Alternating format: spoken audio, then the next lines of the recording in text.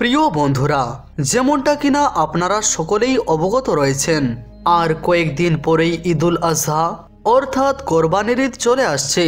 আর কোরবানির ঈদের এই পবিত্র উপলক্ষে মুসলমানেরা পশু কুরবানি দিয়ে থাকেন। কিন্তু ঈদুল আজহা আসলেই কিছু অজ্ঞ লোক বিভিন্ন প্রশ্ন তুলতে শুরু করে। তারা বলে, মুসলমানেরা কোরবানির ঈদ কেন পালন করে? নিরহ প্রাণীদের কোরবানি কেন দেয়? এর পেছনে আসল কারণ কি? আজকের এই ভিডিওতে আমরা আপনাদেরকে জানাবো কুরবানির ঈদ সম্পর্কে সম্পূর্ণ তথ্য এবং বোঝানোর চেষ্টা করব কেন মুসলমানেরা ঈদুল আজহা পালন করে এবং কেন এই দিনে পশু কোরবানি দেওয়া হয়। তাই আজকের এই ভিডিওটি আপনাদের সকলের জন্য অত্যন্ত গুরুত্বপূর্ণ। আপনি হিন্দু হন বা মুসলমান, অনুগ্রহ করে এই ভিডিওটি শেষ পর্যন্ত দেখুন এবং দয়া করে একটি শেয়ার করে দিন, যাতে ঈদের আগেই এই ভিডিওটি আরও অনেক মানুষের কাছে পৌঁছে যায়। তো চলুন শুরু করি। বন্ধুরা, যেমনটা আপনারা জানেন, প্রতিটি উৎসবের পেছনে কোনো না কোনো গল্প বা কারণ থাকেই। তেমনি কোরবানির ঈদ পালনের এবং পশু কোরবানি দেওয়ার পেছনেও ইসলামে একটি বড় কারণ রয়েছে। মনে রাখবেন, আল্লাহ নবী ও রসুলদেরকে ভীষণ ভালোবাসেন এবং সময়ে সময়ে তাদের পরীক্ষা নিয়ে থাকেন। ঠিক সেভাবেই একবার আল্লাহ তাআলা হজরত ইব্রাহিম আলাইহিসসালামেরও একটি বড় পরীক্ষা নিয়েছিলেন। বহু বছর আগের কথা। একদিন হজরত ইব্রাহিম আলাইহিসসালাম তার ঘরে বিশ্রাম নিচ্ছিলেন এবং ঘুমিয়ে পড়েছিলেন।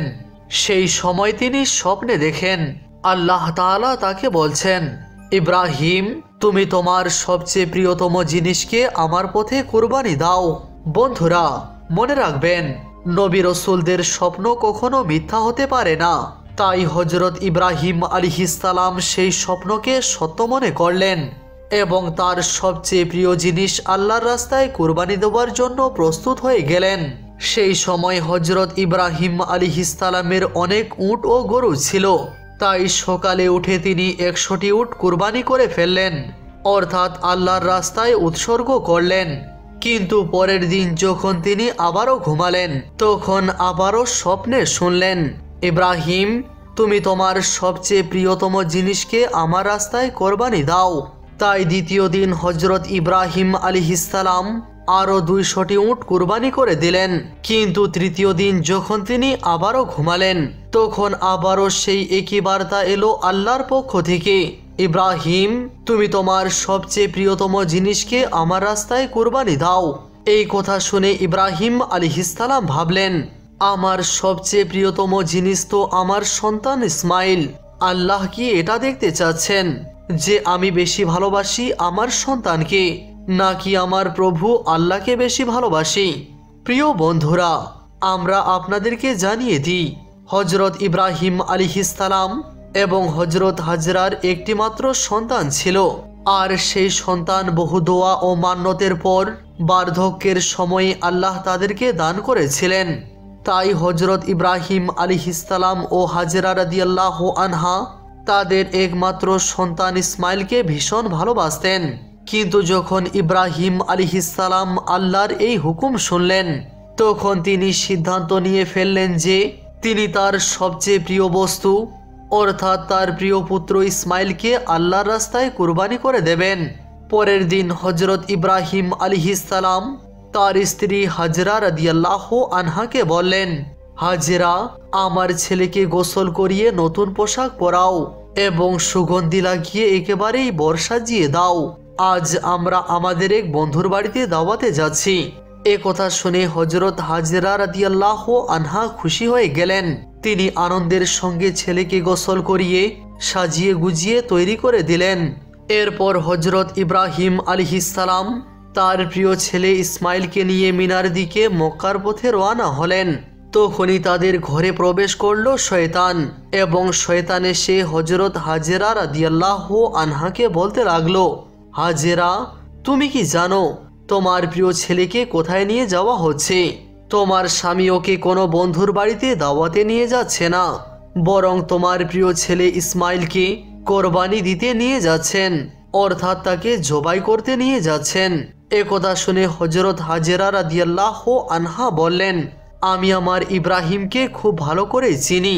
একজন বাবা কি করে নিজের ছেলেকে হত্যা করতে পারে? তখন শয়তান বলল, তোমার স্বামী ইব্রাহিম এক স্বপ্ন দেখেছেন যেখানে আল্লাহ তাআলা তোমার প্রিয় ছেলের কোরবানি চেয়েছেন। এজন্যই ইব্রাহিম তাকে কোরবানির জন্য নিয়ে যাচ্ছেন। তো এটা শুনে তিনার স্ত্রী হযরত হাজেরা রাদিয়াল্লাহু আনহা গর্ব করে বলতে লাগলেন, হে শয়তান, তোর উপর আল্লাহর লানত। যদি আমার ছেলে আল্লাহর রাহে কোরবানি দেওয়ার জন্য যাচ্ছে, তবে এর চেয়ে বড় আনন্দের বিষয় আর কি হতে পারে? এটা তো আমার একমাত্র সন্তান। যদি আমার কাছে 1000টা ইসমাইলও থাকতো, তবুও আমি খুশি মনে তাদেরকে আল্লাহর রাস্তায় কোরবানি করতাম। এ কথা শুনে শয়তান এবার হযরত ইসমাইল আলাইহিস সালামের কাছে গেল এবং বলল, হে ইসমাইল, তুমি কি জানো তোমার বাবা তোমাকে কোথায় নিয়ে যাচ্ছেন? তিনি তোমাকে কোনো দাওয়াতে নয়, বরং কোরবানি দেওয়ার জন্য, মানে মেরে ফেলার জন্য নিয়ে যাচ্ছেন। তিনি তোমাকে আল্লাহর রাহে কোরবানি দিতে চাইছেন। এ কথা শুনে হযরত ইসমাইল আলাইহিস সালাম বললেন, যদি আমি আল্লাহর রাস্তায় কোরবানি হয়ে যাই, তাহলে আমার চেয়ে সৌভাগ্যবান আর কে হতে পারে? এই কথা শুনে শয়তান খুব হতাশ হলো।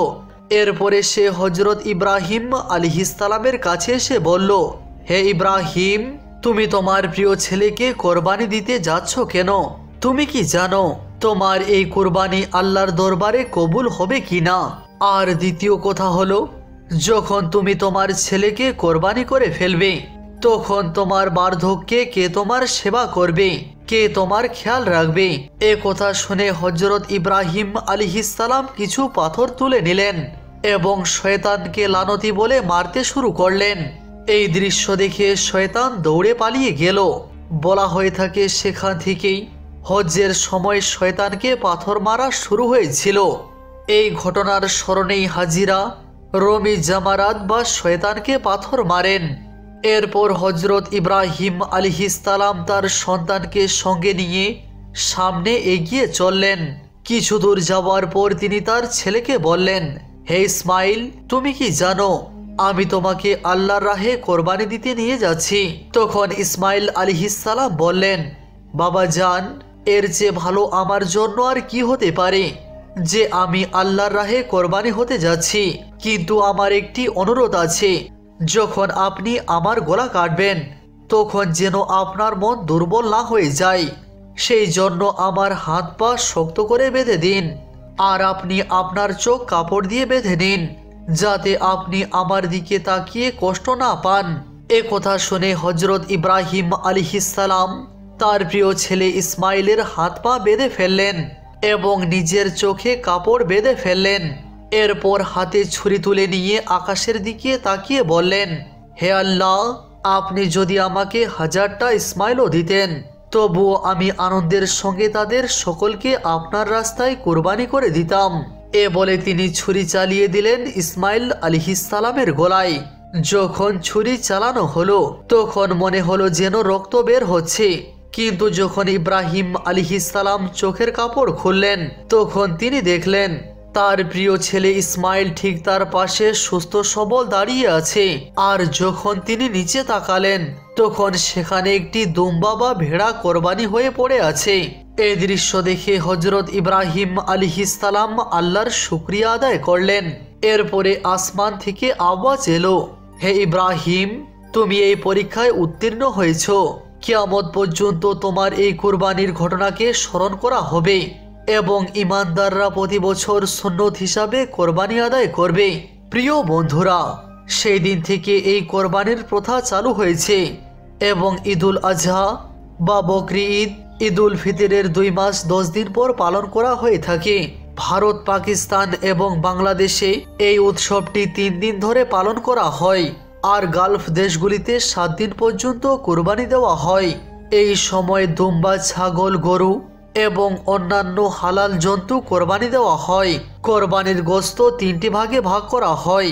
প্রথম অংশ গরিব ও মিসকিনদের মাঝে বিতরণ করা হয়, দ্বিতীয় অংশ আত্মীয় স্বজনদের মাঝে দেওয়া হয়, আর তৃতীয় অংশ নিজের পরিবারের জন্য রাখা হয়। বন্ধুরা, এই ছিল আজকের ভিডিও। মুসলমানেরা কোরবানি কেন দেয়? ভিডিওটি আপনাদের কেমন লাগলো অবশ্যই কমেন্ট করে জানাবেন। আজ এ পর্যন্তই। ভিডিওটি দেখার জন্য ধন্যবাদ।